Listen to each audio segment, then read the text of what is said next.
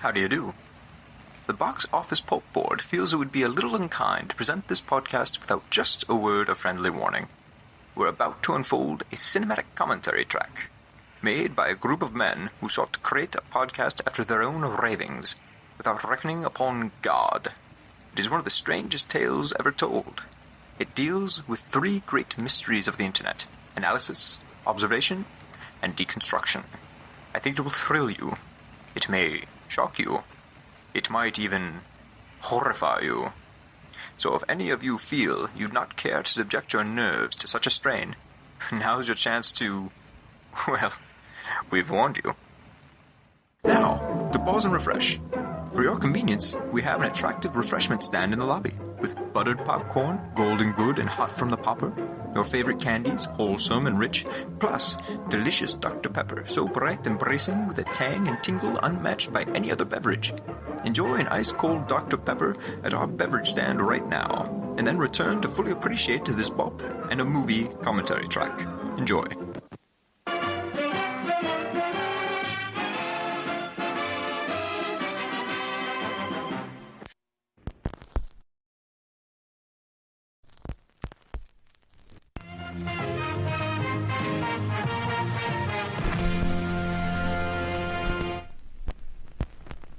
You know, we started this so long ago, we were still in a free country when we started this series. I, too, remember 1994. Wait, what movies came out in 1994, Cody? Candyman. I'm not actually sure if that's true. But you said it with such gravitas. I knew I had to commit. That was all I knew.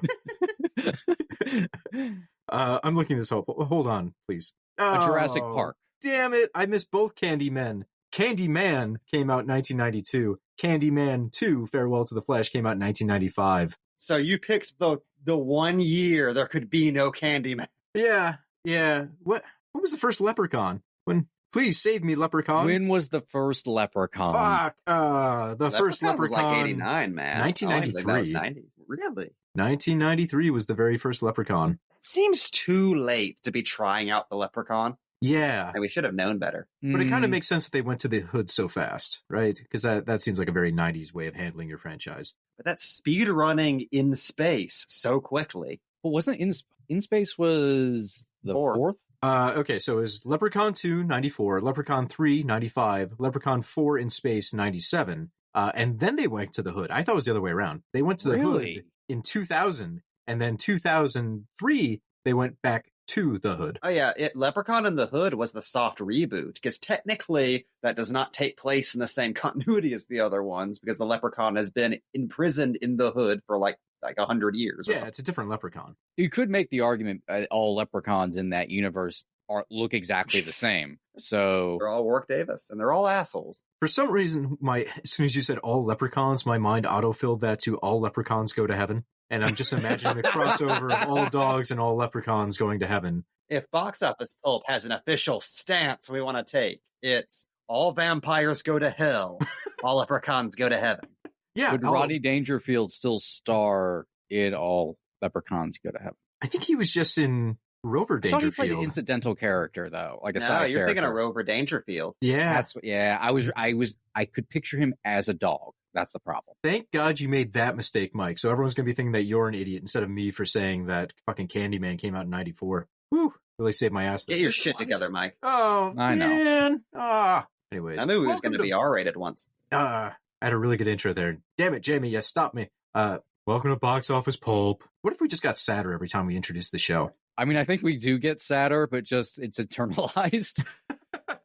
Anyways, welcome to Box Office Pulp, your one-stop podcast for movies, madness, moxie, and tonight, the Wax Shenanigans return in one of the finest moments in Wax history, in my opinion here. I'm your host, Cody. Joining me today for this bop in a movie are my co-host, Mike. Say hello, Mike. One of my favorite pieces of trivia from this film is that the first person to ever die by the electric chair did not actually look at all like Charles Bronson and actually had a very big bushy beard, which means it was decided that no, Charles Bronson definitely looks like somebody who would have died by the electric chair, more so than the person who actually died by the electric chair. I mean, that's just the way history rolls. We don't know what anyone historically really looks like. Abraham Lincoln? No. That guy, 5'3". Cody. Yeah. Now, are you saying that even if there are pictures of the person, we still don't know what they look like historically? Oh, you believe in photos? That's Oh cute. no! Well, you've been on 4chan again, haven't you? Also joining me today, Jamie. Tell me, Jamie, you don't believe in the conspiracy that is Big Photograph, do you? Well, I don't really know what I believe in anymore, considering since the last time we recorded a commentary, I was caught up in a tragic fire, which has now prevented me from the use of my podcasting hands. No, it's a tragedy. I can't even hold the microphone anymore. What a world. What a cruel world. It doesn't explain the wheelchair, though. I think you just don't want to walk. It's going to make it very difficult whenever I get down the stairs. I'll figure that out later. I'm going to save my rants about Mike disrespecting people in wheelchairs for later. I'm saying Jamie has the use of her legs. The wheelchair remains, Mike. Also, this is going back to the photograph thing, but do you think we could try to make a right-wing person have the crazy argument that photographs are too woke? Right-wing people believe that Tom Hanks is a pedophile who drinks the blood of children to stay eternally young. They'll believe anything. Wait, that's not true? I mean, have you looked at Tom Hanks? It's not like he looks like he's 30 years old. Have you seen Colin? Is this like a Dorian Gray situation? What are you implying? I don't know. I just really wanted to bring up the existence of Colin Hanks. I like to imagine that you just have a little notebook that you're drawing a heart over his face on right now. No one does that.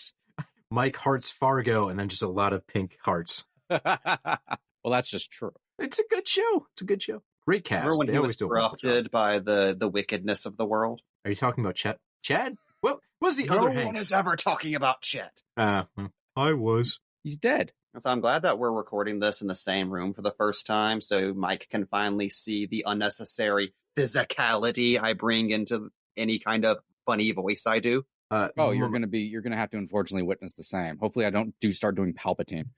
Both of you have to snitch on each other to me if I'm talking and you're doing jerk-off motions, because that's going to hurt my self-esteem. I think it's assumed for people listening to this podcast. What a horrible opening this is. Yeah, Listening to this podcast, we had a good one and we weren't recording, so now it's just this.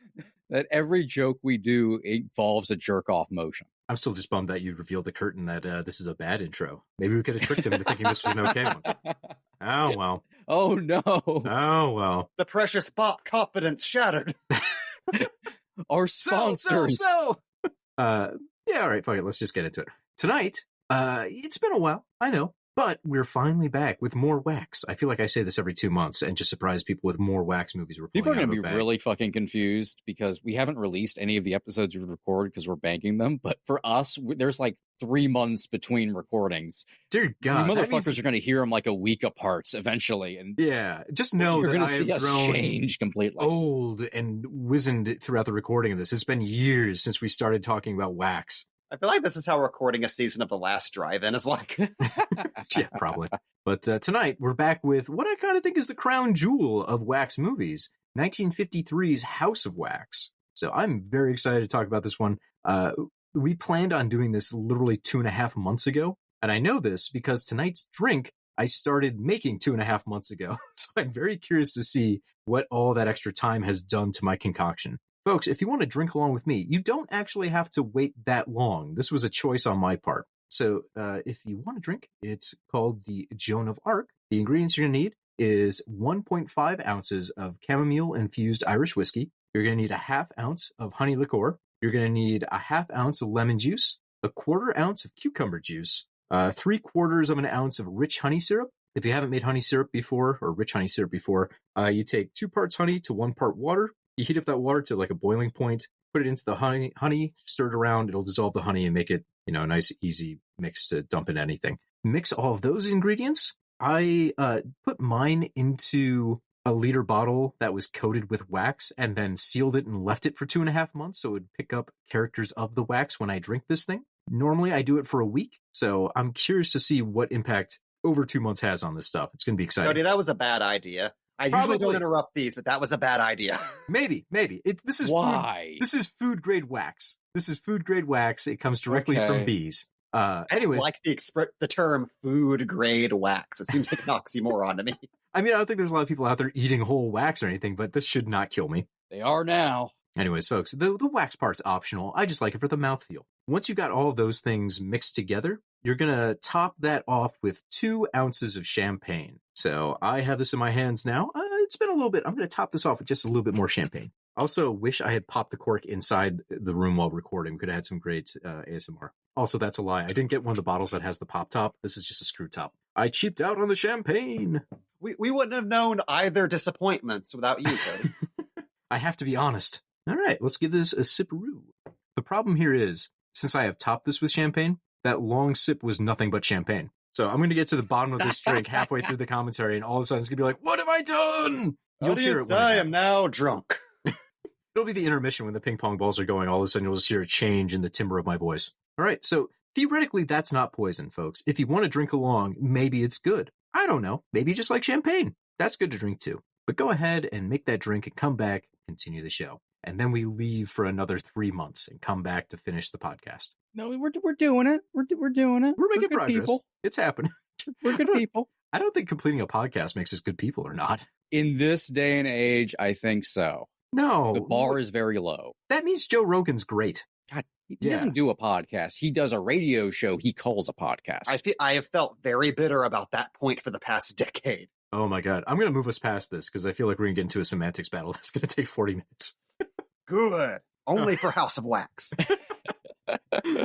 All right, folks. Do you have 1953's House of Wax queued up on your end? We're going to be doing this as a commentary. You can watch along with us, or you can just listen to us as a podcast. Again, I am not your father. I will not be disappointed if you just listen to our voices without Vincent Price on your screen. It will be better if you can see that handsome, handsome man, though. And the commentary will be a lot better than this opening. We hope. I mean, there's no promises in life. We got to believe. Trust the wax. All right. Mike, would you do us the honors and count us down? Yes. All right. 1, 2, 3. Waxening. Go! All right, folks. I have a lot of movie facts, and normally I just run through them as fast as I can in the first 5 minutes of the movie. But a majority of my notes now are just tied up into the people that made this film. So I'm going to spread them out a little bit. Tied up in wax, you might say. Clever. Let's start with the basics. This was directed by André De Toth. Toth lost an eye during a childhood accident, which makes this movie's accomplishments in 3D amazing to me. They took a guy who could not see 3D and told him, hey, do you want to make one of the first 3D movies? And he actually was the guy who wanted to do that. He volunteered for the position because he viewed it as a mathematical challenge. He had a strong understanding of how the human eye worked and perceived depth. And he was able to calculate all of the shots to give optimal 3D effects, mixing depth of field and more gimmicky actions like the paddle ball section at the intermission. Again, this guy did it without depth perception. He just knew the math so well. He's like, yep, that one's good. Put it in the can.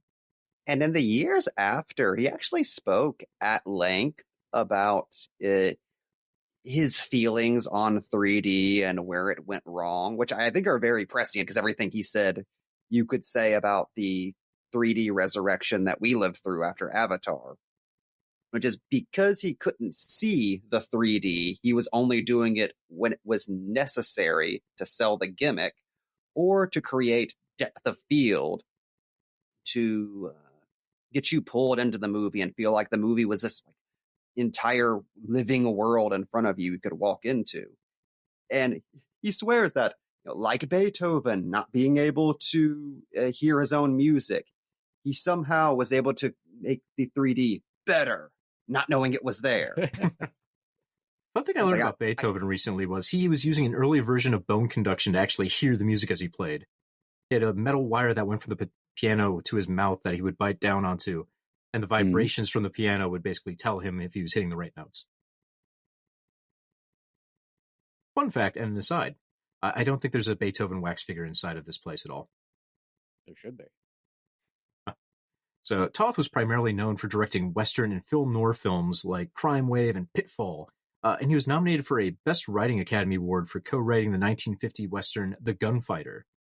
It's also worth noting De Toth was an uncredited second unit director for Lawrence of Arabia and, get this, Superman the movie. Talk about a career. Just those 2 credits alone would make you, Hollywood royalty. It's wild. Also, and this is not related to anything at all, but it's just such a weird fact I wanted to mention. He was married 7 times. including an 8-year stint with Veronica Lake. So this guy, he had a crazy life.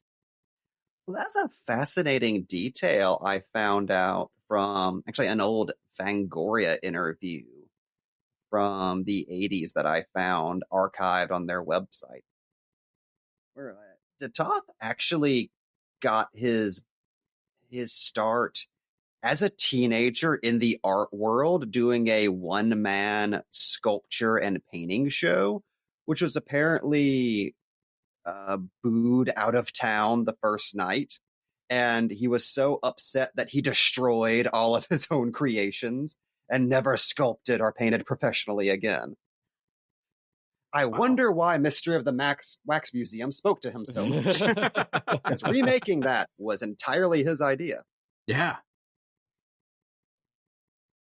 I'm torn. I want to keep going into the screenplay stuff. Oh, go ahead. Oh, I was just going to say, the only reason he was in a position to request a movie of Warner Brothers is he was about to walk away from them when he was directing a movie, I believe it was called Springfield Rifle with Gary Cooper, where they wanted Cooper to play the first ever undercover agent in a Western, because people were already getting bored with Westerns. And the studio said, no, that's weird. You're not doing this. So he was going to walk, and if he walked, Gary Cooper would walk. So to get them on, everybody back down to the table, they say, okay, pick your next movie. And he said, I want to remake Mystery of the Wax Museum. And I want to get into that too, because if you looked at Warner Brothers in the 40s and the first half of the 50s, they were very opposed to making horror films. They did not make many at all. And that kind of explains how we got here. I always kind of wonder that, like, why the hell were they making House of Wax? That is completely against grain for them. Anyways, we've got Vincent Price on screen right now. I'm sure we'll be talking about him very much throughout the entire thing. Great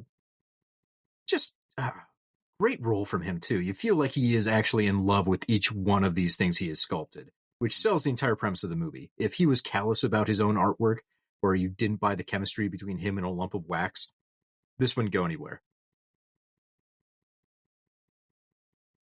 To get back to our credits here, we've got a screenplay by Crane Wilbur.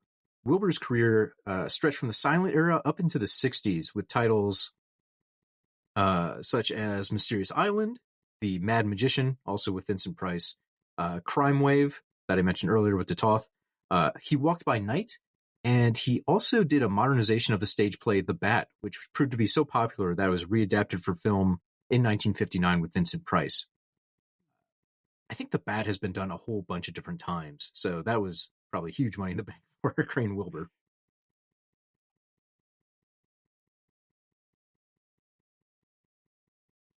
Back to Price for a second. Here we have him as Henry Jared. This movie would really lead to a career resurgence as a horror icon for Price.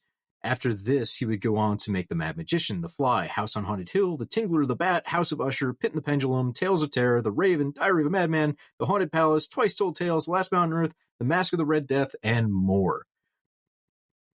I mean, there's a reason why when you go into Target right now, you can buy a Vincent Price action figure from Nika. The guy is kind of horror royalty, right? And I would say deservedly so. Every time he is in a movie, it's just an absolute treat. I want more Price in everything I'm watching, even when he is the main character. And we were very close to not getting him as a horror actor, or really a name actor in general. He really had a choice between this and a particular play that he wanted to do. Yeah. And he chose this, even though he kind of wanted to do the play more. And he still, and I think he spoke on kind of, he had regrets for not doing the play. But at the same time, he said, like, other actors did a great job, but it meant absolutely nothing for their overall careers. It was just a thing they did once. Right. Meanwhile, I owe literally everything to doing House of Wax. Mm-hmm. And yeah, it's a solid point too, because if you look at Price's early career throughout the 30s and 40s, it was a lot of serious dramatic roles. He did a lot of stage work. He was, more of a serious actor than pulp horror icon. So lucky us for career changes. Well, it's weird seeing him in like proto horror films like Leave Her to Heaven, where it's like very easily Vincent Price could have been, the, the respectable, older, safe man in a horror movie, not the horror icon, not the boogeyman. It's like even imagining a world with Vincent Price as a slightly different horror icon is very, very interesting. Yeah. Plus, I love old school horror where it's, hey, this is a famous actor. Let's put him in everything we possibly can. Vincent Price or any of the horror hammer stars, Christopher Lee, those kind of guys. Obviously, they got iconic roles that they came back to over and over again. Christopher Lee had his whole Dracula thing. He did The Mummy. But Vincent Price doesn't have a huge number of sequels throughout his career. I'm struggling to think of any, really, besides Fibes. Technically, Really? he played the Invisible Man twice. Yeah, there we go. But that's actually kind of wild to me because Invisible Man was years and years before this. Yeah. But he didn't result in him becoming a horror actor. He's also like good guy Invisible Man in that, so it's still not quite the same. Yeah. Which again, for a while, it's like it was in the cards for Price to be in horror, but as the guy fighting the monster, not the monster itself. Yeah, it's like a heel change, which works out for us. But the larger point was, this is just fascinating to me because his charisma was so good in these roles that he became iconic in the genre itself just by being thrown into everything because the studio knew he was a bankable star. Not really the same way you'd see it done now so much. Like, think of Freddy Krueger. Robert Englund, great actor, obviously, and we all love him as Freddy. And he's cameoed in a lot of things. He's had small roles in a lot of things. But that Freddy role is just so iconic that that's basically his whole career. That's what you think of first and last. Price gets to be like 100 different guys. Well, I think a key factor in that is so many of those later roles were really building on the archetype he discovered in this movie, which is just being duplicitous and charming. Yeah. Like, nobody can play the dude who is obviously the villain, who you don't want to be the villain because he's so much fun, quite like Vincent Price. He can have a little bit of murder as a treat. He's earned it.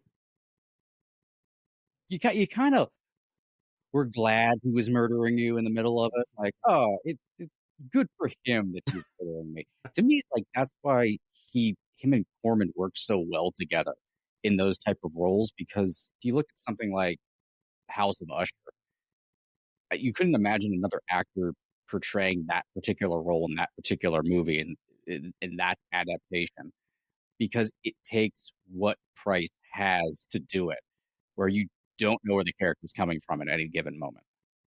I would say with Corman, he knew exactly the tone to strike with Price. That's why something like The Mask of the Red Death, where he's a very sadistic character, still works for me. Like, it's sadistic, but it's fun.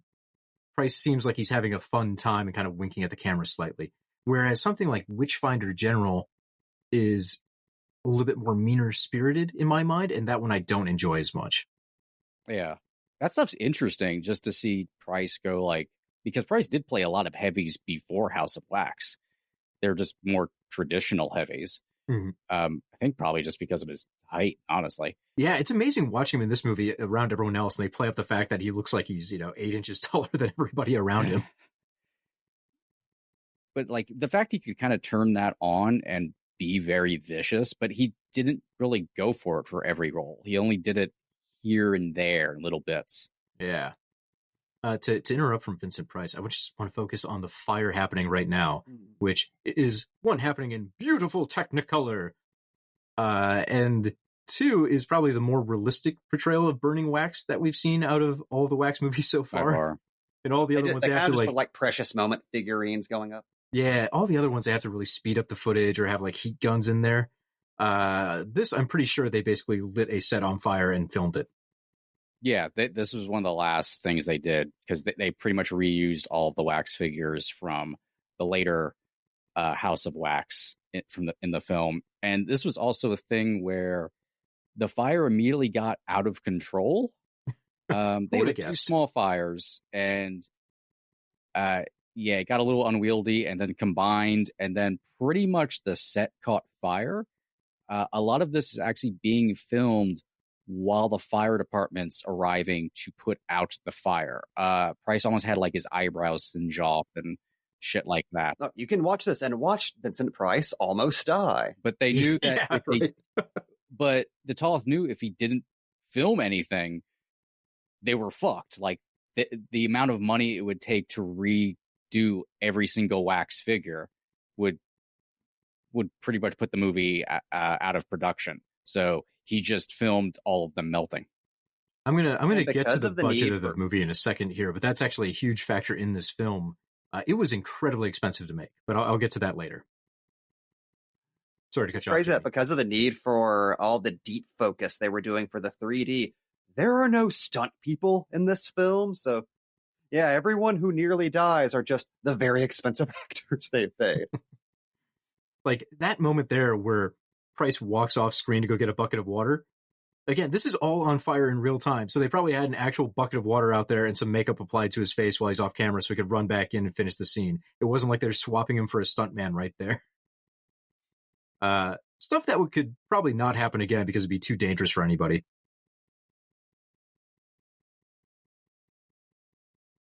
I mean, this is insane shit to have your like lead actors doing right now. No, you wouldn't be able to insure someone to do this now. Like, unless you're Tom Cruise and you can just pay for your own insurance while you're jumping off the world's tallest building, it's not happening. You're basically dropping Vincent Price in the middle of a Japanese wrestling show. Survive the electrified pool, Vince. I mean, even in older films, they could cheat a little bit because they would have, like the little gas burners underneath the camera to give the impression that the flames are coming from everywhere. This is literally a house fire. They just stuck the guys in and let them have a fist fight. And look at how close Price is to actual burning furniture. Yeah. It makes me scared for him, like nearly 100 years later. It's got to be like 1,000 degrees inside of this place. I'm getting sucked into this. I'm going to keep giving out some of our movie facts. And there's like this like stunt coming up. I think it's insane to watch him like just walk around looking at things. This goes to just fires that are getting bigger as you're watching him walk around. And all this coverage out of goddamn control. It works so well too because they managed to get solo shots. Basically every one of the mannequins falling apart.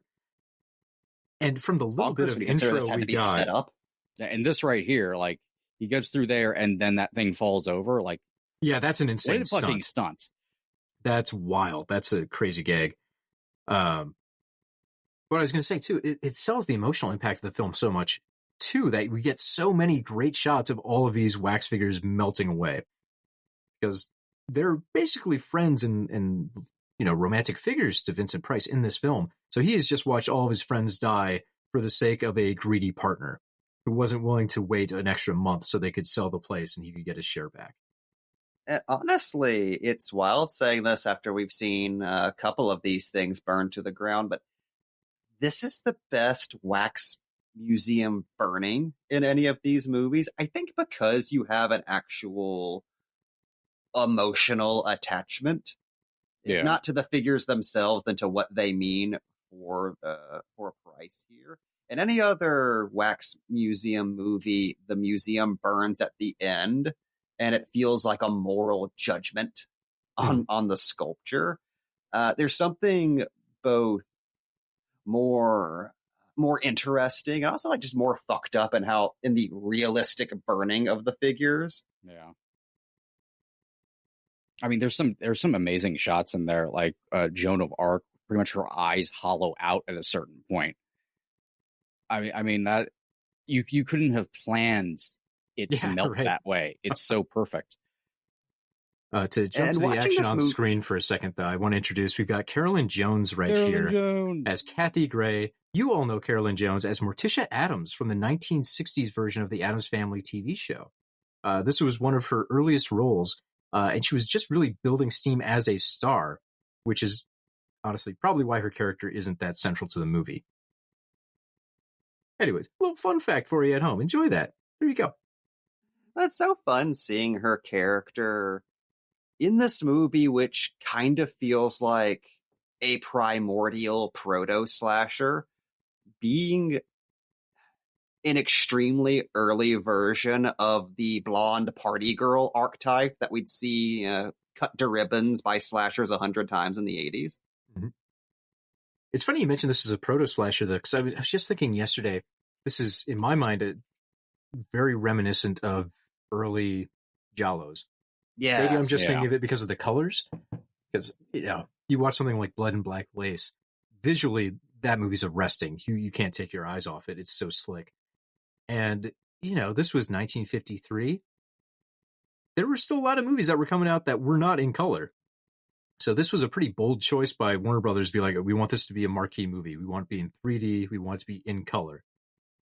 Which was in itself shocking to audiences. I mean, a lot of stuff in House of Wax does not look particularly startling or scary to modern audiences, even to like people in like the 70s and 80s. This seemed to be very old hat to them by some of the older coverage I've seen. But like I mentioned Leave Her to Heaven earlier, that movie being a thriller where people die in it in color freaked people out the year it came out.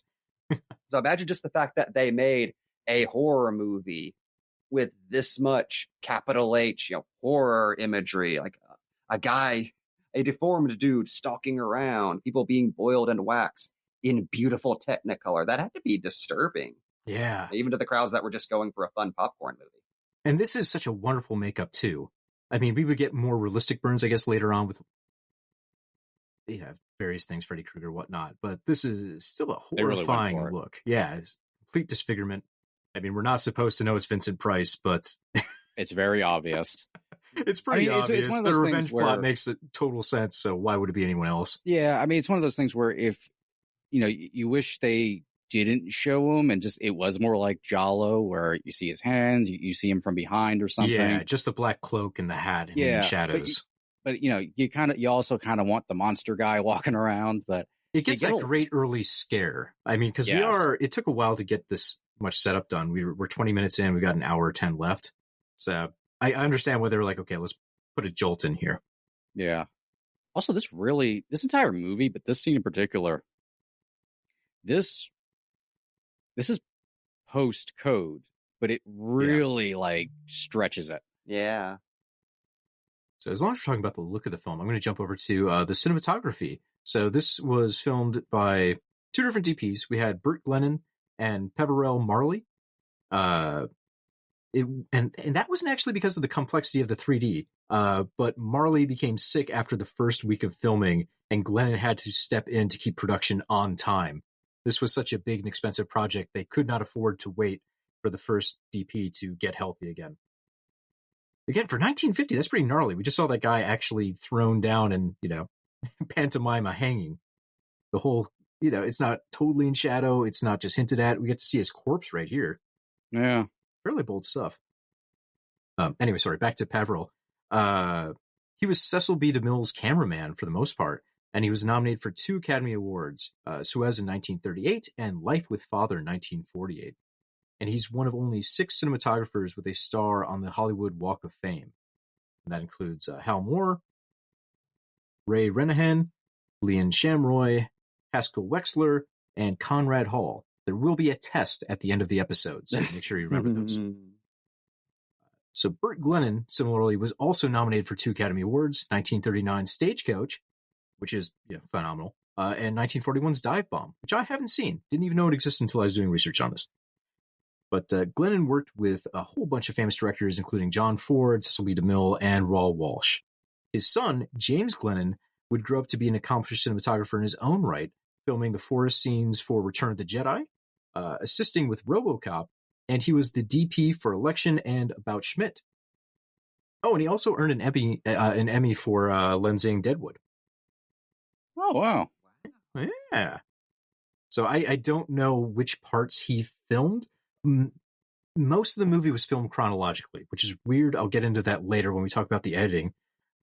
So I'm assuming most of the stuff we are watching now is probably already moving into Marley's work. But I'm not 100% sure on that, so don't quote me. Either way, they were blessed to have two of the greatest cinematographers of their era working on this film, which again just adds to how prestige this picture was viewed within Warner Brothers. Just a weird thing. It's just like a big, lavish, gothic production that is very old Hollywood, but also something that Hollywood will always kind of return to, is doing some kind of big, lavish production. And I do want to point out, it's kind of funny to me that this is set in the past. It's maybe easy for people to ignore because this movie is, again, old, 1953, but clearly it's not set in contemporary times. You know, the firemen come in there with like water on a horse. I like that when you're doing modern horror, it's just not as scary to do something in a contemporary setting. Like, it's hard to make people think like a modern day wax museum or convenience store is scary. Or if you have a cell phone, you know, any of that, it's just harder to make people think it's scary. Whereas if you remove yourself and put it a couple years in the past, automatically it becomes easier to sell terror. I think psychologically, for me, it's probably because I look at this and I go, well, every year we're inventing more ways for people to connect. Right now, if someone broke into my house, the neighbors would probably hear it. I've got smoke detectors if there's a fire. I could call them on my cell phone for help. I could go on my computer and like IM someone for help. In the future, there's probably even more ways for you to get help in a bad situation. 1800, what are you going to do? You're probably not surrounded by people if you're not in the city. You don't have a cell phone. If someone attacks you, you just got to handle it yourself or die.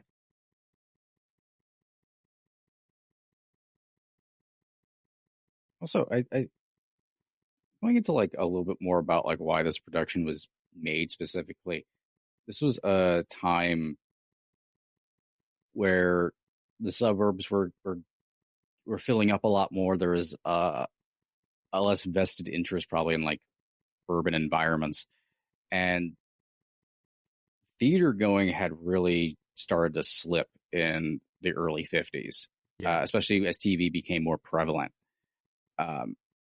There needed to be a reason for getting people to not just watch things on the screen at home and actually get out back to the theater, go back to the cities and stuff. And it's so interesting that it's pretty much an eternal rule that Hollywood will jump immediately to 3D to get people to go back to the theater. They had a couple different things. There was 3D, obviously. We'll get more into that. But around this time, too, we had CinemaScope and the idea of, well, if you're watching it on a little tiny square TV, wouldn't it be cool if we had a theater that was gigantic and wrapped all the way around you? It feels also innovative. Known as IMAX. Yeah. I'm disappointed now because we're in the streaming era, which is essentially the same problem, right? People just want to stay at home instead of go to the theater. And theaters have not responded with the same enthusiasm that they had in the 50s for reviving the theatrical experience. The most you could say is, okay, well, now you could order a beer and a chicken sandwich at your theater. That's cool. But most people don't want to spend the extra money for that. And sure, we have recliners. Those are nice and comfy. But they haven't done anything about people being rude in theaters. They haven't done anything to combat spoilers in theaters. The release windows are now so small that people just go, well, fuck it. I'll wait a month and I'll just watch this on digital. Yeah, they've done nothing to actually improve the theater going experience. Because back then, honestly, as cliche as it sounds, there really weren't the same sort of problems people had going to the theater that we all have now, of rude assholes and bad, the screen's bad, the sound's crackling. Theaters were upkept at the time. And now I can't even get my theater to put in a new bulb in the projector. I also feel like studios take way more of a bite out of local theaters than they did back then. So that kind of maintenance and upkeep and giving a shit of a local theater chain, you're just not going to see that anymore. I want to interrupt for just a second. I just fucking love what we're watching right now. This is incredible. These foggy streets. There's a disfigured, cloaked man kind of limp chasing after you. It's such a nightmare thing. And it's shit you don't see in Hollywood productions around that time at all.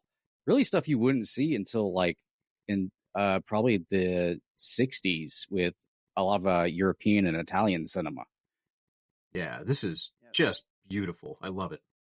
Hollywood had pretty much abandoned Gothic at this point, like Gothic romances and Gothic horror, because we were entering the age of big bug movies and sci-fi kind of taking up the real estate that horror did. So this must have felt this must have felt in a weird way like the 1953 version of an 80s slasher movie throwback to a lot of audiences. Like, oh yeah, I remember when scary movies looked like this.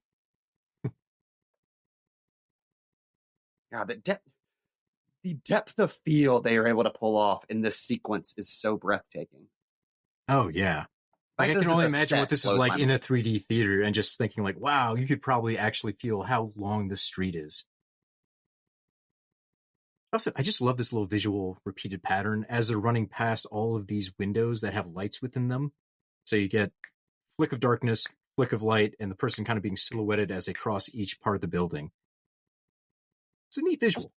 Also, a lot of like neat, I don't know, storytelling things that you probably, honestly, if you watch a lot of old horror movies like this, you don't really see characters do. Smart characters, like she takes her shoes off so she doesn't make sounds on the cobblestone street. Yeah.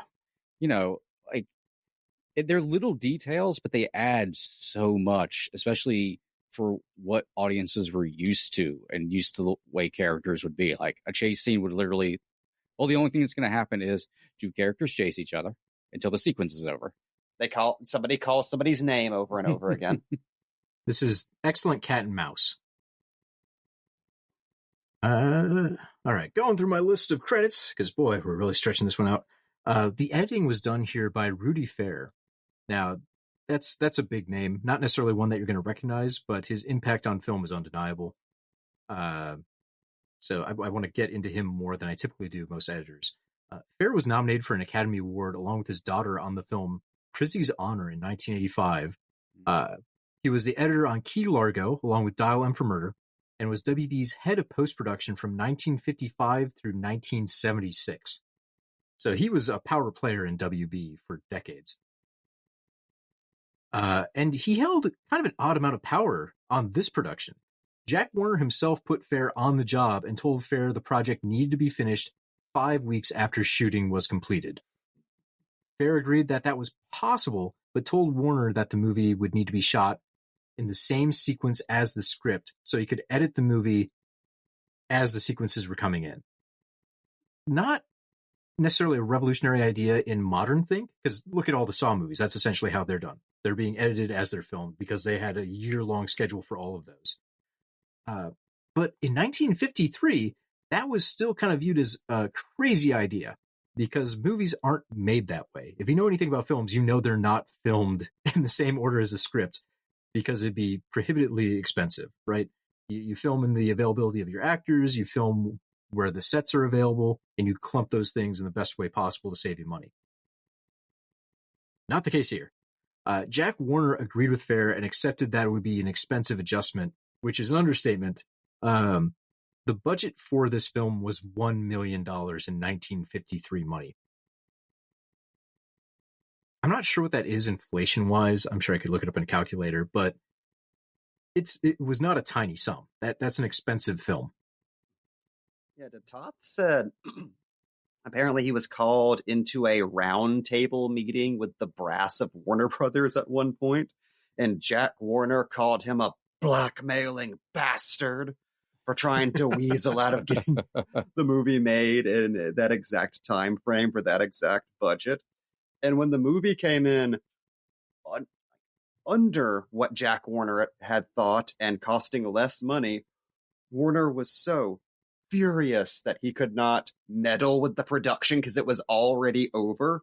He begrudgingly sent De Toth a bottle of Jack Daniels with a note that said, "You one-eyed son of a bitch, get drunk and go totally blind."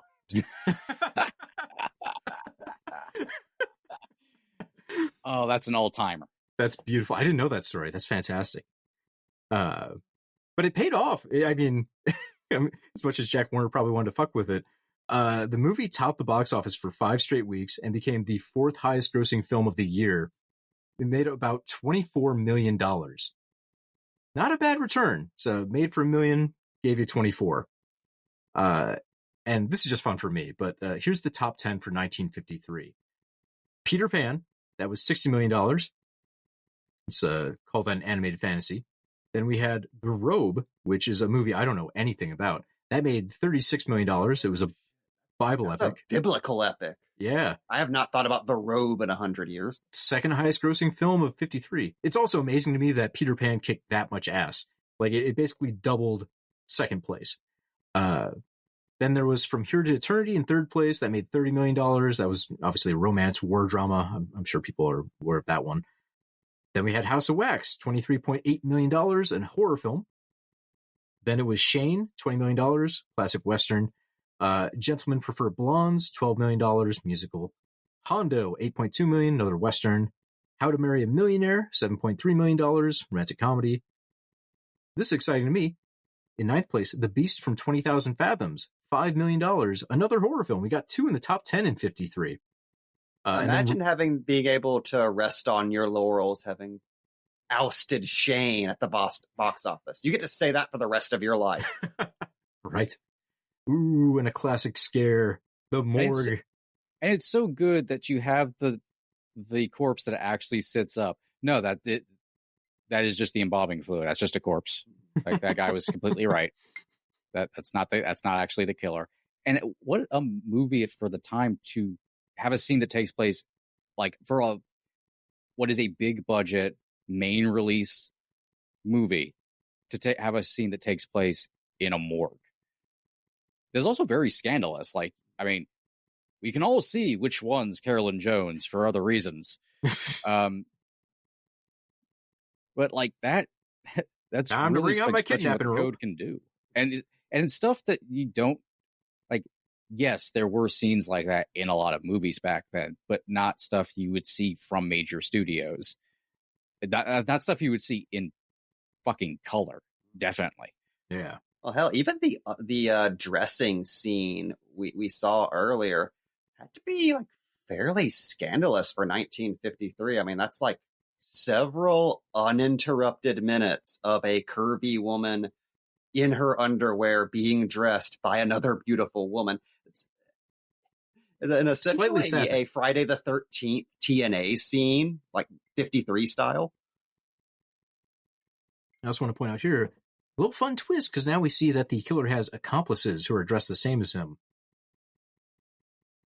The Children of Wax. I mean, like, it's strange because we understand the mystery immediately. Like, we know it's Vincent Price. But this enriches things. Like, okay, he's got extra guys.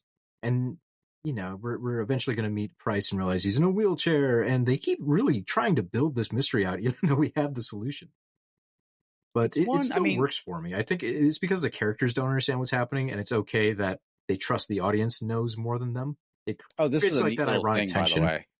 Outside the police officer, there's the Bobby that's hanging out.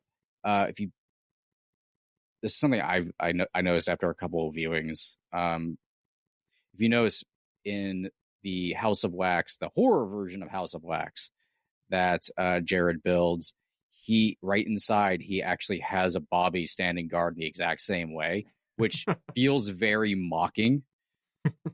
And I like that little detail. But yeah, like Mystery of the Wax Museum has very similar problem where for the most part you get it. But I think it kind of is able to drag it out in a more because it is played as like a straight on, this like a reporter is trying to get to the bottom of something. The reveal feels a little bit more earned and isn't like, so that's how he did it, which is how this kind of comes across. How he is both the deformed person and, you know, I don't know if they were thinking like, oh, maybe Igor is the deformed one and has like a wax face or something like that, you know, but there wasn't a lot of build to that. Yeah. I guess the first time I watched the movie as a kid, I wasn't necessarily trying to solve the movie. You're just along for the ride. So it didn't occur to me until the face is revealed that, oh, Vincent Price is the killer. So I don't know. It was probably more engaging for children, but even as an adult, I still really enjoy it. I don't mind that the mystery is pretty obvious. So it's just, hey, actually, I'm going to change points again here. We'll come back to the box office in a second. But looky who we have here. This is Charles Bronson as Igor. Bronson was such an unknown at this point. He was still being credited with his birth name, Charles Baczynski. So in the 60s, his career would really pop off with roles in The Magnificent Seven, The Great Escape, Dirty Dozen, Once Upon a Time in the West. Side note, one of my absolute favorite Westerns. If you have not seen Once Upon a Time in the West, you're really missing out. Spectacular movie. Absolutely. And then by the 70s, he was the world's top box office star, being paid $1 million per film. And here he is in the Wax Museum as a mute heavy. But man, look at that jawline. It seems like they've used makeup to make him uglier somehow. He just has a very defined face. He looks like he's chiseled out of rock. He's perfect for a role like this. Coal miner. Apparently he was an asshole. No. Bronson? Yeah, even on this set, he was apparently an asshole. Oh. But he doesn't have any lines. He just kept sculpting his own face over and over every time somebody tried to talk to him. Very standoffish. Feels like it feels like the fact he makes all of his sculpts look like him is supposed to be a plot point, but it never really comes up. No. Well, it plays later on, right? Because we have the gag where you see his head on the shelf with all the other heads, and it turns out it's his actual face. But I don't think you'd actually need this much lead up for that, but no. I think that's a connecting point. Yeah, I think, if they had done a thing where they put a little bit of makeup on Price to give him a little bit of the same features in like very subtle ways, would have been interesting. But yeah, I will say for Bronson, for mute acting, I love the stuff he's doing with his hands. Like, this is very nice hand acting, very expressive. He's actually doing a lot of great stuff. Like the character, considering the character has nothing to do really, like you feel like he's in a large portion of the movie more than he even is. Yeah, he finds a lot of busy work to do in the background, so it feels like this is a talented actor. Obviously, I'm saying that because I know what he would become later on, but for a kind of thankless role, he's really given it his all. I want to jump back and finish off our box office conversation here. So the 10th one, if you remember, I was going through the list of top 10 of 1953. The last one was Niagara at $2.5 million, which was a thriller. And I love the variety we have in that top 10. Again, reading through it, I don't think there's any sequels, definitely no sequels in here. The only remake really be House of Wax, because Mystery of the Wax Museum is essentially the proto version of this film. These are essentially all original films. I don't know if any of these some of them were obviously based on books like Peter Pan. The Robe's based on the Bible. But there's a lot of originality in this collection compared to something you would see later on where it's, a top 10 of $200 million giant action movies that are all sequels to one another. Yeah. Well, I think the big difference there is so many of those movies had names to draw them in. Either established names or up and comings, like Marilyn Monroe and Gentlemen Prefer Blondes. So a completely different landscape there where you're not so much going to movies because of the premise or like what you necessarily are being promised. You just want to see those people again. There was that, and some of it was pure spectacle too, right? Like The Beast from 20,000 Fathoms. People were going to that so they could see like the giant stop motion dinosaur destroy a city. Mm-hmm. Which, I mean, yeah, I still go to theaters when they're promising a giant monster destroying cities, so that's universal. Considering how well the MonsterVerse movies are going, I think that's just a consistent thing throughout cinema. People will always go for big monster crush building. It speaks to me deep within my lizard brain.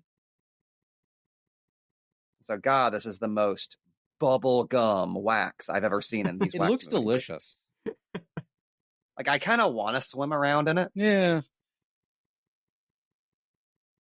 So this film, obviously was really successful when it first came out, but then it was also released in 1971 and again in the 80s to capitalize on various 3D crazes, and it was a huge hit for both of those re-releases as well. So this movie just kept making money years after years, drew in, new generations of fans, because we had fans from the 50s, the 70s, and the 80s who all kind of grew up with this movie.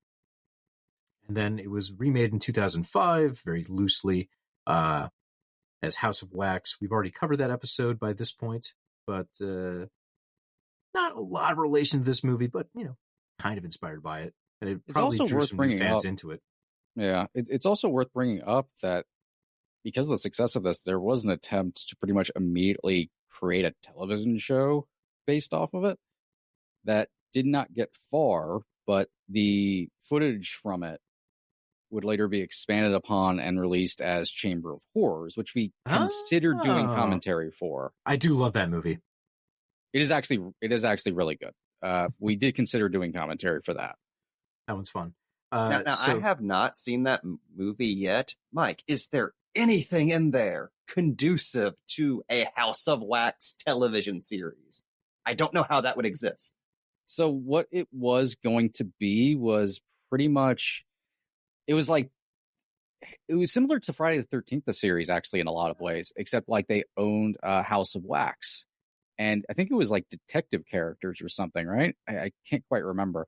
And they would investigate various like crimes, like killers, serial killers before that was coined and stuff, like, which is pretty much what Chamber of Horrors is. It was what the pilot more or less was, which was going after this one particular killer. So a lot of like crime stories and macabre stuff. And that's how it would sort of like, how exactly it played into everything and what it has to necessarily do with the plot of House of Wax. That's debatable, but there is a House of Wax there. Speaking of plot, Mike, we're at the most important part of the movie, the ping pong ball man. So it seems those weren't invented yet. I just want to point that out. Yeah. It seems weird, right, to have an intermission 45 minutes into an hour and a half long movie. But because this was filmed in 3D, essentially they're using twice as much film to make this thing, and the projectors running it use twice as much film. So they had to put a break in here because it was the equivalent of like, a full movie happening at this point, film-wise. They were also very worried that a full-color 3D movie would just hurt people's eyes if they had to watch it the entire time. So this has an old-fashioned 10-minute break, which has been mercifully cut from home video releases. Although I'm curious what the overture would have been that they played while this was happening. I say leave it in. Yeah, you can always scene skip. Give me that alternate cut. But I know some people are kind of torn on the idea of the ping pong ball man because it seems so gimmicky compared to most of the other things that are happening. Jamie has a great anecdote about the ping pong ball man. His official name, by the way. Yeah, fucking. When asked about it years after the fact, Toth totally doubled down the fact that, oh yeah, it's incredibly silly, it's stupid, it stops the movie dead in its tracks. He swears that was on purpose. Because he was very against doing gimmicks for the 3D. He only wanted to use it for filmmaking purposes, but Warner Brothers was footing the bill for a 3D extravaganza, so they needed at least one big showy gimmick moment. So one of the producers, Brian Foy, had the idea of, let's just make it a vaudeville thing and have like an old-timey entertainment man come out and show off this gimmicky new feature, kind of winking at the audience a little bit that this is for fun and games. The reason he went that way with it is Brian Foy was one of the younger sons of Eddie Foy, vaudeville legend and leader of Eddie and the Seven Foys, of which Brian was one of the members. It's a lot of Foys. So the son of an old-timey vaudeville man who himself was a vaudeville child star used vaudeville to sell a gimmick in a movie. I just want to point out here, I love the switch that people can see in the mentality of Jared here. In the first House of Wax he had, it was mostly beautiful women, right? I guess he had Edgar Allan Poe and some other stuff like that. But now it's an actual proper house of horrors. You know, we've got the guillotine coming down, chopping off heads and scaring the audience. We have torture racks. It's a much darker thing that he swore up and down in the opening segment that he was not interested in doing. And now it seems like that's the only thing he wants to make. Well, that's something that really struck me whenever I was watching this for the commentary. It was actually my first time ever viewing it. We've seen so many stories like this with this basic setup. You know, there's a sensitive artist who's, you know, his work is turned cruel by a careless and fickle public. But there's such an interesting psychology to how he operates in the prelude and how he operates in the rest of the film. It would be one thing for a much more simplistic movie to just say, oh, well, he sculpts beautiful women now, and now he sculpts killers. But in that monologue that Price gives, you see he is specifically sculpting people who are famous for either being dead or being violently murdered at the height of their lives. Like, even in that monologue he gives about John Wilkes Booth, you see he's not capturing the murder of Lincoln to capture a murder. He's capturing that because in the mind of John Wilkes Booth, that was his happiest moment. That was when he was most alive. You know, Cleopatra meeting with Mark Antony before their death is when those two are the most alive. Marie Antoinette, before facing the guillotine, was when she was the most alive. And to see that then inverted to here, where, no, I just do executions. Specifically with a lot of imagery from the French Revolution, where death was made such a glorious spectacle in such a grand way. It feels like it's doing more than just shaking its fist at the audience and saying, like, yeah, you like dark things, huh? It feels like more like it's speaking to the fact that you can only stare at the beauty of something ugly for so long before that beauty loses its luster, and you're just left with the cold, scary reality of it. And you can see that like the most with like Joan of Arc here, and the two different versions of her we see. One that feels like a celebration of life, and one is just a dead lady who's about to be burned at the stake. I also really appreciate that they include the bit where Vincent Price is showing off his former partner as kind of the cap of the tour. And he has to mention, too, it's a new mystery. Was he killed or was it suicide? Only time will tell. Like, I just love the psychology there of not only does he have to show his murder off, but he has to kind of hint that, who knows, maybe it wasn't suicide. And it's just a murder that happened in the city. It wasn't anyone particularly important. It wasn't a particularly graphic murder or anything. But it's important to him, and he gets to show off his revenge. So he finds a way to work in this rather mundane piece of history to a collection of some of history's biggest characters. We talked a little bit about it in some of the previous ones, sort of knowing we eventually get to this in mystery to really like delve into this topic. But to me, like what really separates stuff like the classic House of Wax style of story is it's the metatextual stuff. It's the fact that, it's executions. You know, what did people gather around in those times to watch? They watched executions. So it's him recreating that. But it's also not only am I kind of mocking you by giving you what you want, you're part of it. Like, I'm turning you into the exhibits. Like, you are obsessed with the macabre. Like, I try to give you beauty and you had no interest in it. I give you this and it's all you want to see. You know, it's very damning, and it's very meta towards the horror audience itself and just people in general, because as I said, you know, that was a fun night. That was a fun day out for the family, when you go to see the hangings at the gallows, or when the guillotine was invented, and you get to go see that. Those things attracted a crowd. Like, oh yeah, if it had gone on longer, they would have started selling tickets. People used to take like the organs from dead children who were killed in like explosions and stuff as souvenirs. Like, if you can believe it, we had less tact about this stuff a few hundred years ago. True crime culture in the 1800s was a bitch. It's interesting to me because... Oh, go ahead. No, and then I just want to say, like, on top of that, you also have this veneer of seeing women as pretty much purely objects, something to, essentially like freeze and amber to hold and utilize for some purpose. That's what his mind is at this point. Like, that's all he can see. I think that's even kind of heightened this joke about like the caveman dragging off the cave woman. He kind of just makes a chuckling joke about it, but it's almost highlighting the fact that, like, that's how he's at this point kind of utilizing women. He's sort of stealing them and utilizing them in this very macabre way.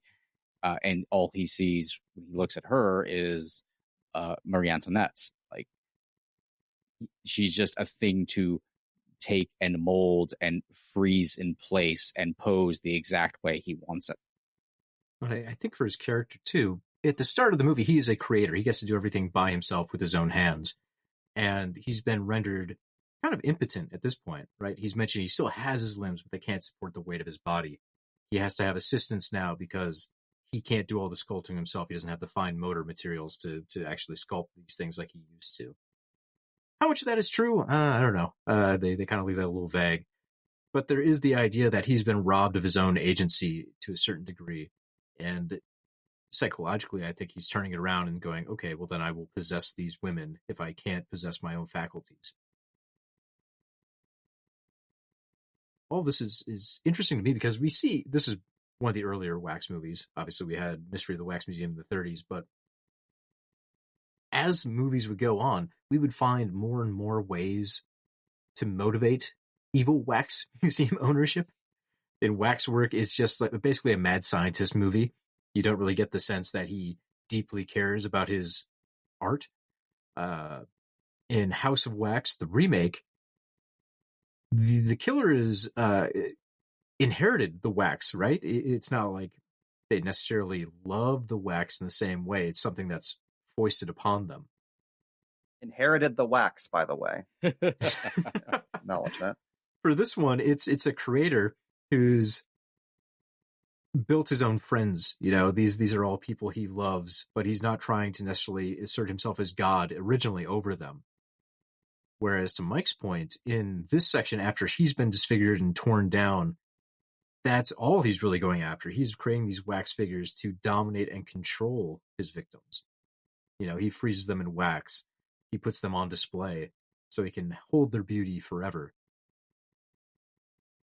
I think it's kind of the purest distillation of that idea. I think we've seen derivative versions of it later on, or ones that aren't as inspired. I think just a generic mad scientist isn't as inspiring as someone who is deeply in love with his creations.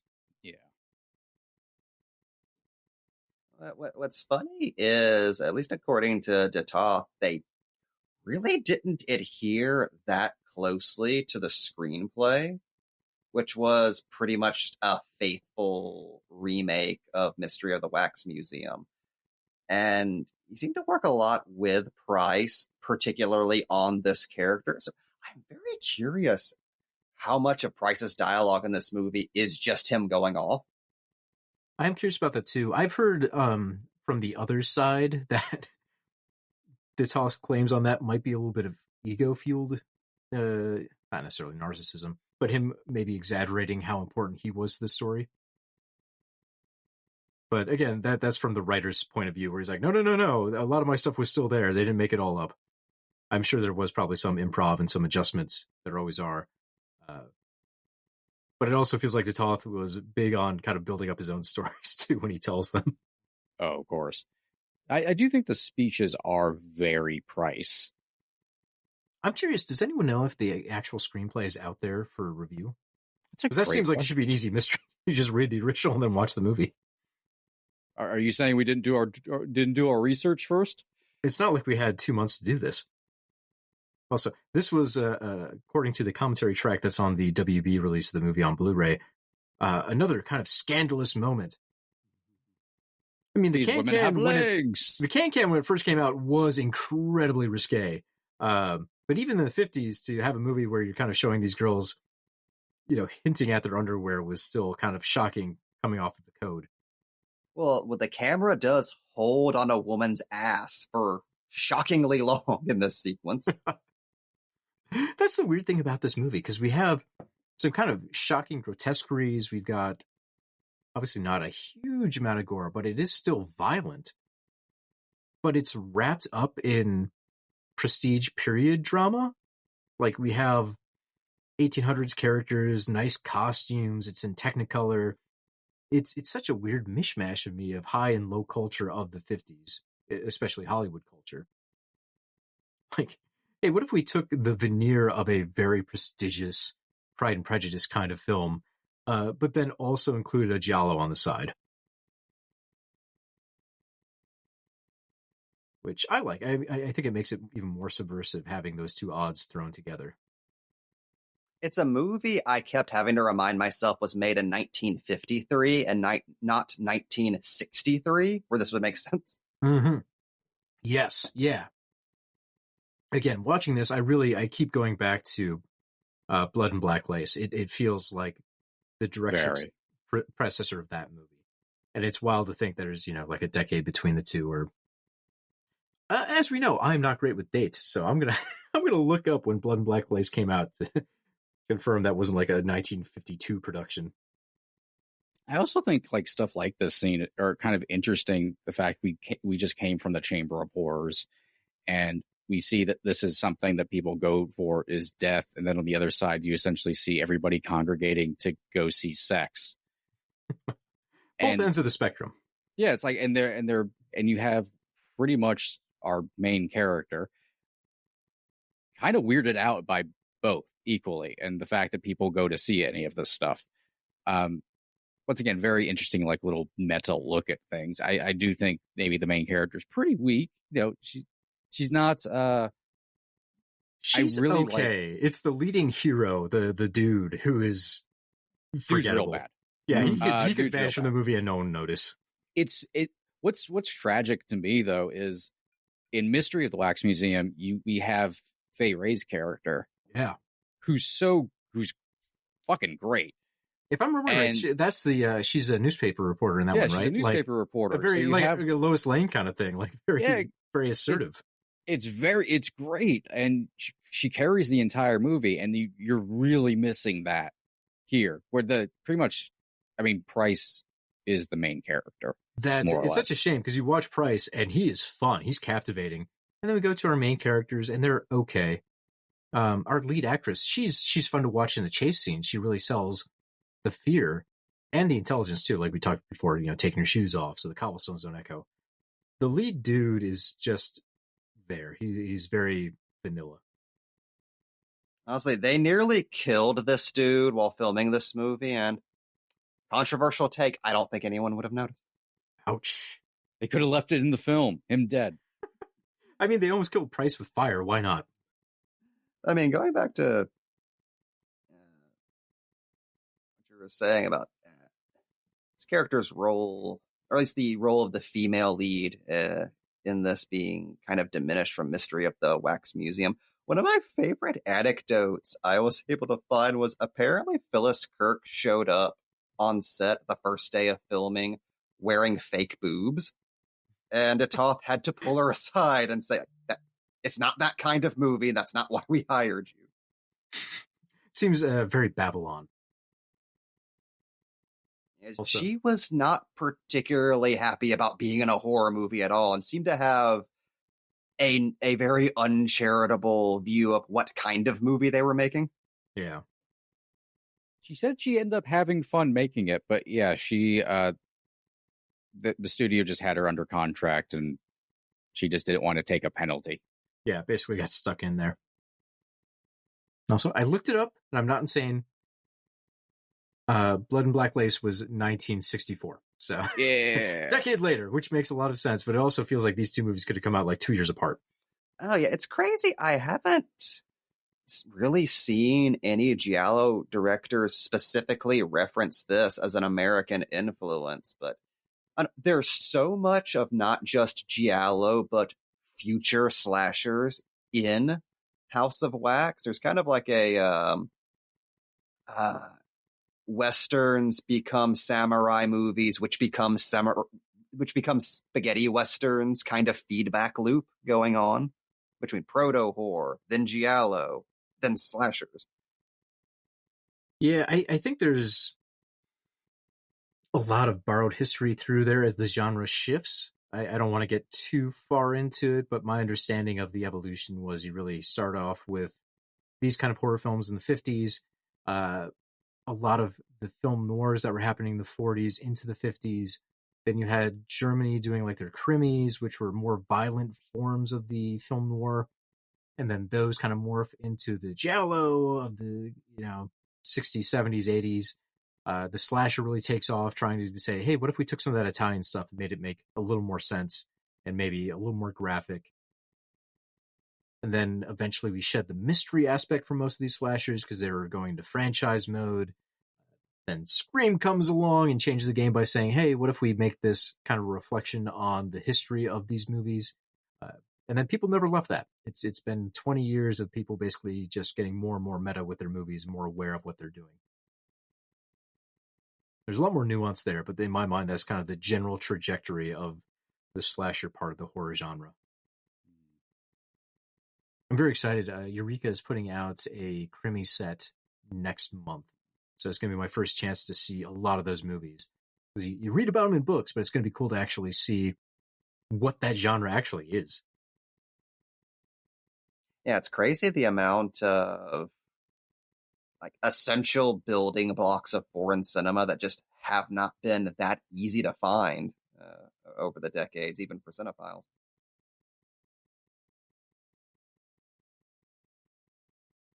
Little fun fact here. In 2014, the Library of Congress added this film to the National Film Registry for cultural, historical, and aesthetic significance. So Fascinated that it took till 2014. That's very random. I don't know how long it takes a movie to get like elected for the National Film Registry. I feel like there's probably like a long waiting period. They just added Star Wars a couple years back, I think. That's true. So it's probably like, hey, you got to wait like 40 years before we even consider you. Also, we're just on a lot of close-ups of Price. And I just want to talk about something I've always loved about his performance post-accident. And I like to think I'm not just reading into things. But if you really pay attention to his performance, especially since there are a lot of pretty amazing close-ups in that very first scene, he's less animated. Like there's a dullness to him. Like there's a lot of mouth movement, sure, but he's actually a lot more still in the face. He's making a lot of body movements. He's having a lot of fun with the chair. Getting to spin around and do things and push himself, but there's actually not a lot of facial movement. And he's essentially like teeing you up for the false face that he's wearing through acting. Well, I love it too. Going off of all of that, if you rewind back to his first wheelchair tour of this version of the House of Horrors, it seems like the tone has shifted from admiration to sardonic. Now that he's talking about this House of Horrors, it's kind of like he's amused by all the murders, but it's more of an autopilot presentation than the more enthusiastic one he gives at the start of the film. He's very mocking of the figures as well. Like he has jokes for all of them. I was just laughing at this detective putting his finger across the fucking mustache. What a silly little bit. Oh, and you know what? Leon's on screen. So Leon, played by Nedrick Young, was uncredited. He did not get a credit of any kind for the release of this movie because he was on the blacklist at the time. The Hollywood blacklist for communist ties, alleged communist ties. Yeah. Which also, at the same time, this movie is something that helped get Price out of that, because Price had been on the gray list, which is people who were opposed to Nazis before the U.S. entered World War II, which meant he pretty much was put directly on the blacklist as soon as it opened, because, opposing Nazis before America opposed Nazis meant you were a communist, more or less. And he had to work very, very hard to get out of that. And this was actually pretty much the thing that helped get his career going, which he didn't know would be over because of that blacklist. Yeah, Price's associations pre-World War II are a little dicey. I guess problematic maybe be the right word. When Hitler was first rising to power, he was pro-Hitler. He came to realize that was a mistake, became vehemently opposed to Hitler, early on, before America was even involved in the war. So he was on both sides of that fence, unfortunately. And when Hollywood came calling for him, he had to basically swear off and say, no, I don't believe in communism at all, and sign affidavits to that effect, which maybe doesn't agree with the fact that I think he was at several meetings for communism. He very clearly was. Yeah. So the guy bounced around politically a little bit there, but I think he found his way. Obviously, towards the end of his life, I would say my political views line up fairly closely with his. He did a lot to represent the arts. He was out there promoting like LGBTQ rights of its time. Oh, yeah, he was one of the first celebrities to donate serious money to AIDS research. Yeah. So it's one of the it's tough if you look at his early history, where he actually had a part where he's like, no, I think the Nazi Party's doing the right thing. And where he ended up at, completely different viewpoints. But at least it showed that he was willing to reflect and change his opinion based on evidence. Which is not to disparage the man either, because we know all the things that he did later in his life. There's all sorts of feel-good stories about Vincent Price.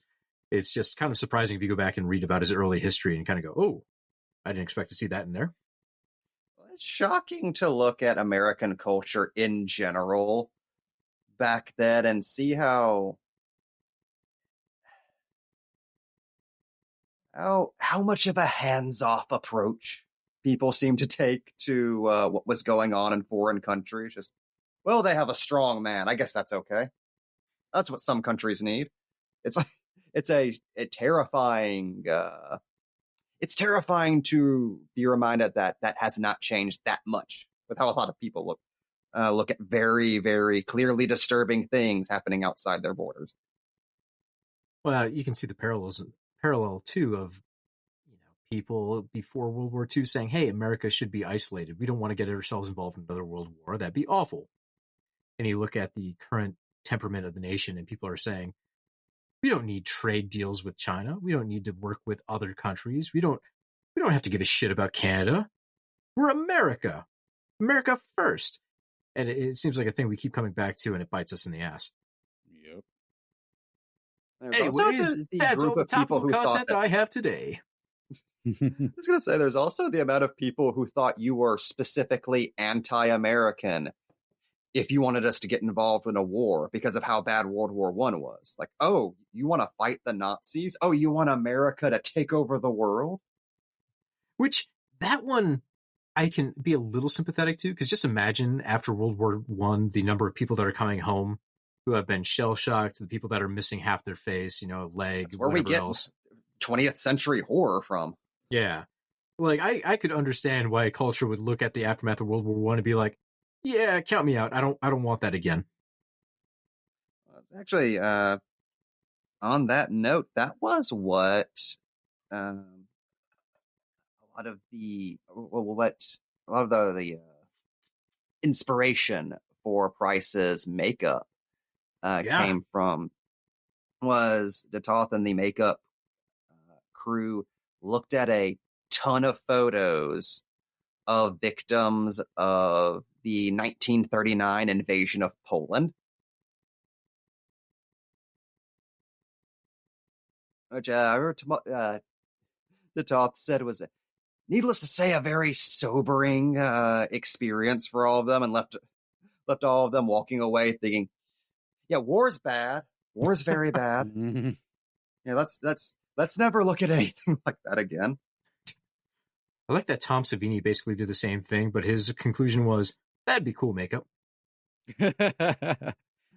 Also, something Price was kind enough to point out when asked about this movie years later, even though the credited makeup artist is Gordon Bow, who was head of the makeup department at Warner Brothers, it was actually his brother, George Bow, who did all of the makeup.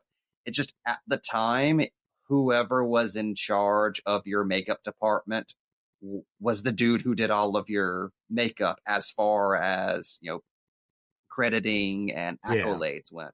That's how Millicent Patrick got screwed out of being credited for the creature from the Black Lagoon design. It's just, she wasn't the department. Yeah, I was just about to mention that. That's the exact situation of Creature from Black Lagoon. Well, there's some sexism there too, right? Because lady, that didn't help, but yeah. A lady making a monster? Yeah, her not being credited was regular studio politics. The head of that makeup department doing everything in his power to destroy her career and make sure no one would have heard of her years later. That was sexism. Yeah. We almost got a Bride of the Creature touring makeup show where Millicent Patrick would teach kids just like you how to apply monster makeup, and that got strangled in the crib by that dude. Hold up, we're about to see the most Scooby-Doo gag of the movie. That's where the gag comes from. Let's face it. It really is. It's the eyeballs moving in a painting kind of joke, but it's framed perfectly. Like even the little shadow underneath his neck, like they have some sort of disc or something. I don't know what that was because the shadow goes away too. I don't know. They just framed that perfectly, so it really looks like one of the fake heads. That must have been a great gag to see for the very first time in a movie ever. Yeah. It's like it's trod down because we've seen it a million times now, but at the time when it was fresh, I bet that was very exciting. Well, it's like there's a gag involving 3D coming later that I didn't even really notice was meant to be a moment where you just see the silhouette of Bronson rise up out of a chair and walk forward, which was supposed to be a jump scare, because if you're watching that in a theater with 3D for a split second, you think somebody got up out of their chair and walked into the movie. Something completely lost on a modern audience, but must have been, and especially since we're watching in 2D too. You lose a lot of those bits. Yeah. Have you ever watched it in 3D, Cody? No. I have a 3D version of the movie on Blu-ray. WB put out like a dual disc, but I don't have a 3D TV, and I don't think they even make 3D TVs anymore. So I've been unfortunately unable to exploit that disc's capabilities. I don't know if I've asked this before. Does your partial color blindness mean you can't use old school 3D glasses? I don't think so, because they're operating on red and blue, and I'm pretty decent at blue. It's the overlap. It's purples that give me a tough time. So yeah, like this also in 3D. Just imagine, the hand kind of sweeps the audience before going in the background, and you have all these kind of floating grotesqueries in the background. This would be a much more impressive scene in 3D. Yeah, I mean, this would be incredible. People who have seen it in 3D have talked about the depth of this movie is something to behold. I could imagine. You can get a sense of it while you're watching a scene like this. And one thing I want to call out, I've put this way off here, but obviously the 3D visual impact was huge, but we don't really consider the fact that this was also made with stereophonic sound. This was the first 3D movie that also had the feature, meaning there were additional sound channels throughout the theater presenting multiple layers of sound to the audience. So there was a back channel exclusively just for screams that they would pump in to get the audience kind of to jump at the right points.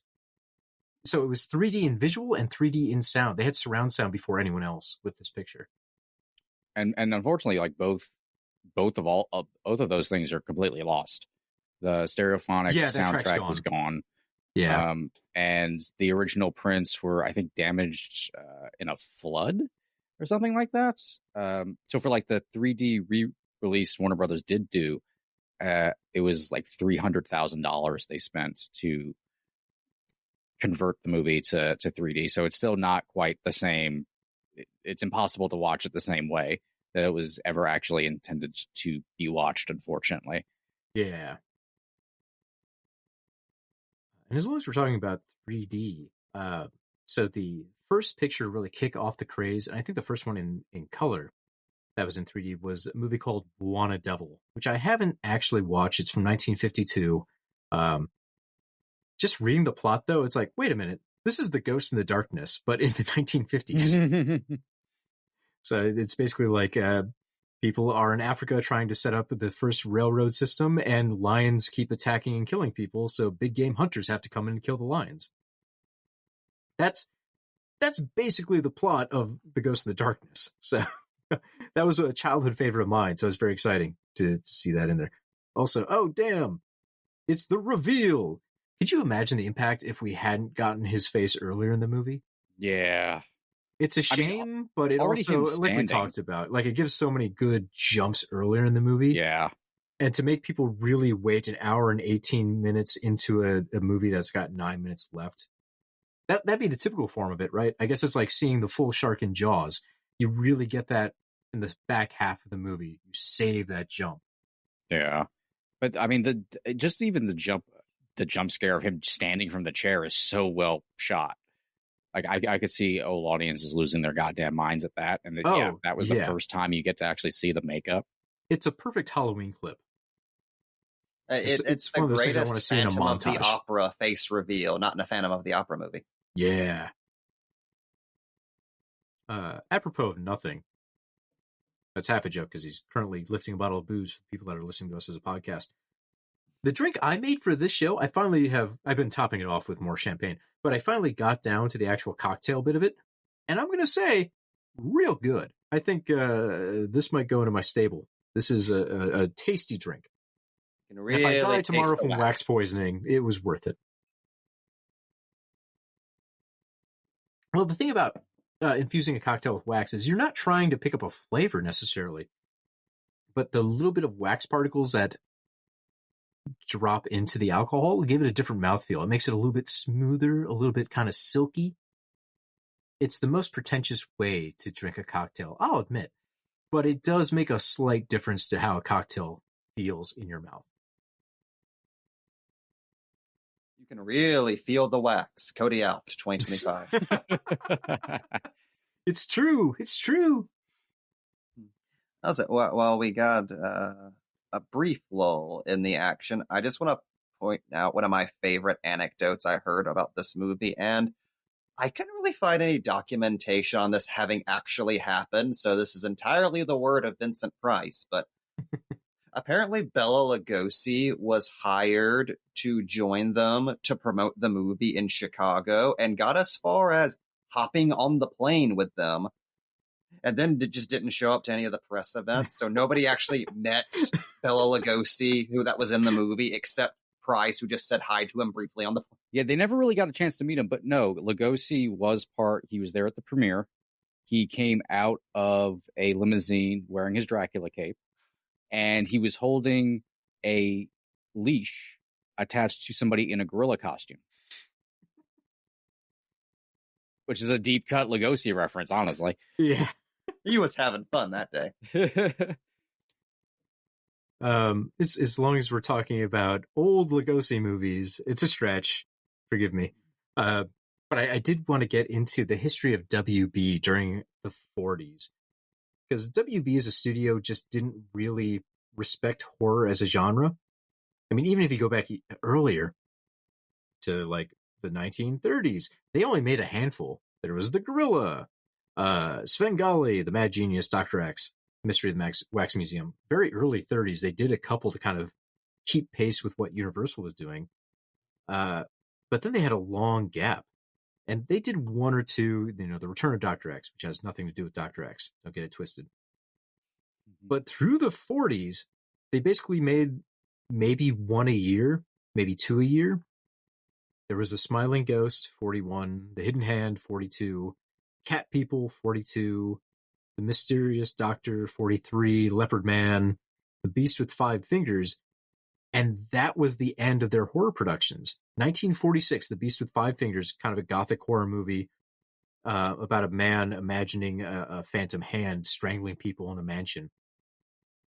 This movie came out 7 years later. They had that long of a gap where like, it doesn't pay to make horror films. We don't want to make them. We don't respect horror films. Which is wild because if you flash forward to even a few years later, they had some huge hits in the horror realm. Them was 1954. That was huge. I think they distributed most of the Godzilla movies. Like they did Godzilla Raids Again. Obviously that's a Toho production, but they had the American rights. That had to make a lot of money.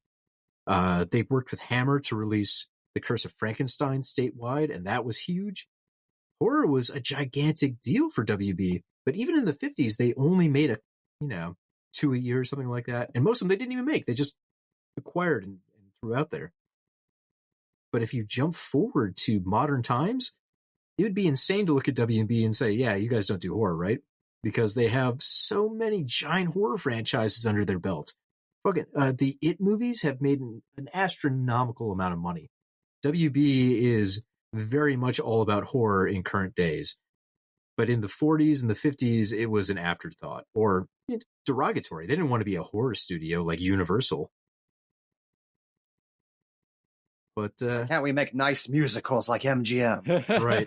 And it's so funny because you look at something like this, the times they did do horror, they had a huge return of investment. This movie was gigantic. Like we said, one of the biggest movies of the year. And I think they were also in on The Beast from 20,000 Fathoms. I think that was also theirs.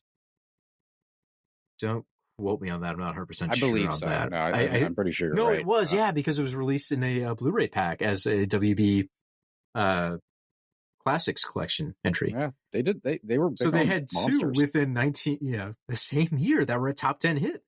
And even then they were still hesitant. They would get more into it later in the 50s with more, giant bug, radioactive monster type films. But it's so strange. Just imagine a world where WB just embraced it. They had the funds, they were big, they were popular, they really could have cranked out some amazing films like this. It makes me really appreciate this film, though. It was unlikely this would ever happen. Luckily, Toth really forced it in. And because of it, wow, we got all these amazing Vincent Price films through the year. Who knows? Maybe we wouldn't have even had all the Bronson films if he didn't have this stepping stone. I don't know. It's true, honestly. I mean, what is like the greatest lesson of pretty much any studio anywhere in Hollywood? If it Horror makes does money, really do it. good for them, and they'll never actually appreciate that fact. So before we get too far away with it, I have got to tell this story. So that was a real guillotine we just saw. Why not? They already set the set on fire. Why not have a guillotine? So on the day that actor, Paul Picerni, was told by De Toth that they were planning to do that entire fist fight and near beheading in one continuous shot with an actual guillotine blade that he would have to be pulled out of seconds before it decapitated him. While This seems unnecessary. While they were setting up the shot, Picerni talked to a stuntman about how he would do the shot, and the stuntman said, I wouldn't, unless, and this is if you paid me a lot of money, I had my hand on the switch and I could activate it the second I was pulling my head away from it, which he was not going to have that privilege on. So whenever they say everyone in place, Picerni does not move a muscle. He just kind of looks at the director and says, dude, I don't want to make this movie. De Toth calls a chicken shit coward, so Picerni threatens to fucking kill him and is suspended from the movie for several days. Jesus. A couple of days later, a representative from the studio goes to Picerni's house and says, you gotta get back on set. He says, I'm only doing it if we can do the shot a different way. And he says, that's out of the question. So a studio had to contact him a second time saying, okay, there'll be a metal bar underneath the guillotine blade to make it slightly less likely you will die. So after his head was removed from the block, the bar slid out, allowing the blade to drop, which is the only reason that actor is still alive. Jesus. That years later, De Toth apparently got his revenge because he hired Picardy in this big budget Western he was doing, and he was so excited to get the sides for the day, and he looked at it, and it was a character who dies 3 pages in. In a really, really dangerous stunt. Yeah, he fell off of a cliff in a horse-drawn carriage. Jesus. And I want to point out that the way the blade was originally being held was a guy who had it between his thighs, squeezing it essentially. So if he didn't have enough pressure on it, it would have slid out. This, man. I got the one time in history because if you watch the movie right now, lives. It would never occur to you that, oh, this was even a dangerous stunt. You just assume like that was probably a foam blade or something, and there's a very fragile fake head underneath it. And I feel like if you entered this story as an exhibit on the Rust trial, things could have turned out differently. What I love is the blade doesn't cut anything, so there's no reason it's a real blade. To be an actual murder in post. Not at all. I think De Toth just wanted to seal the movie in blood for success reasons. That stunt actor was fucking De Toth's wife. That's the story. But it was fucking his wife, but over to the left. That's a one-eye joke. Yeah, no, I got you. Because he only has one eye. Yeah, the eye patch thing. It doesn't work in 3D is the problem. I just wanted a really good one-eye joke to end on. That is a great way to end the movie. I am disappointed we didn't get to talk about Vincent Price dying in a vat of bubblegum, but... No, bring it up. Come on. That's it. If you watch the movie, you saw it. I don't have anything else to add to it. It is, look, there has been people falling into vats of hot wax in movies. None of them will ever top Vincent Price falling into a hot vat of wax. I love how after he dies, they just matter-of-factly have like the hero walk up and throw like a jacket over the woman who is still strapped into the wax applicator tray. No, bro, just take her out. Like, where's the hustle here? Her shame. Had to be protected. Yes. I just want to say nothing is more arch than the police pulling you away while you're trying to kill a man on a guillotine in a museum. And you're pulling like, no, he has to die this way. It will be educational in this environment. I really appreciate that House of Wax, one, is the wax movie that spends the most amount of time in an actual house of wax. Like, they're not joking. This is a movie about a house of wax. It's about 70% of the movie, which, good. Truth in advertising. 2, in classic House of Wax fashion, House of Anything fashion, the house needs to burn down at the end. That's just how movies work. If you name something House of, it needs to end in the house burning down. House of Frankenstein, House of Dracula, don't care. Burn down a mansion, burn down a castle. God, so many people were killed on the set of House of Gucci. I'm so happy. I was trying to think of a joke for House of Gucci while I was saying that, and I didn't have any. Oh, the massacre. Poor Gaga. Poor Gaga. Jared Leto had that makeup burned into his face. He's now a pudgy 60-year-old man forever now. Yeah.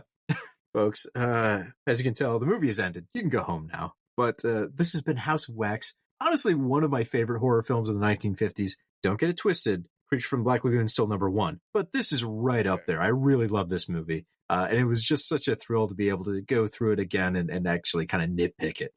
So thank you so much for joining. Our Wax coverage is going to continue. I think we have one more on the lineup, right, Mike? One more. Unless we go to the silent film route, and then we got 2 more, but I don't think we are. We've never done a silent film, have we? No, we haven't. We talked about it a lot. And it won't start now. So fuck you folks at home. Go watch your own movies. You don't need us talking over them. Unless they have sound. Your own movie. Anyways, thank you so much for joining the last us. episode of Box Office Pulp. We tell the audience that now they have the tools to watch movies by themselves. We've been training you since Prometheus to be critical about films. Go fuck your own shit. The contract is complete. We're free. Blu-rays have their own commentaries made by the people who made the films, right? They're pretty educational. They're better than us, honestly. I don't know what you're doing here. Why have you been wasting your time with Box Office Pulp? You fools. But if you want to find more of us, now that we've buttered you up to listening to Box Office Pulp, this was definitely a great pep talk for that. You can find us on boxofficepulp.com. We are on pretty much any place that has podcasts. So if you go to an iTunes or a Spotify, we'll be there. Look us up. We have other content, we swear, and more wax before and after this moment. It's all wax, baby. I don't even know what to say after that. That was my smoothest outro I've ever done. I kind of want to bite into wax. Yeah. I'm going to go melt some beeswax right now. Do it. I got a bunch left over from the cocktail thing. It turns out they just sell them in giant bags, and I didn't need much. It's in pellets, too, so it keeps falling all over my apartment. It's a mess. Wait, are you slowly entombing yourself in wax just from runoff? Let's put it this way. If you don't hear from me for 2 weeks, just assume I have been abducted by bees. I mean, I would have assumed that anyway, Cody. It makes the most sense. Bees. Wait, Mike, I assume you have many, many candles in your house. We start burning them tonight. We begin encasing our clothing in wax. Instant wax suit. And we just take it off. Oh, I like that idea. That'd be so fashionable. Man, it's so fun to have a roommate. You can come stay at Wax House, Cody. You can hang out in the wax pool. Baby. I don't even need my own wax. So you just kind of skid on it. Yeah, no, I get what you're saying. It was more fun when it was molten. All right, folks. Well, thank you so much for joining us. I hope you come back again. This has been Box Office Pulp. That's a wrap. I forgot my catchphrase there. Panicked. I'm out of shape. This has been Box Office Pulp. Enjoy your burrito. Get the hell out of here. That's the other part of it. I didn't even do the normal bits. You get more out of life when you go out to a movie.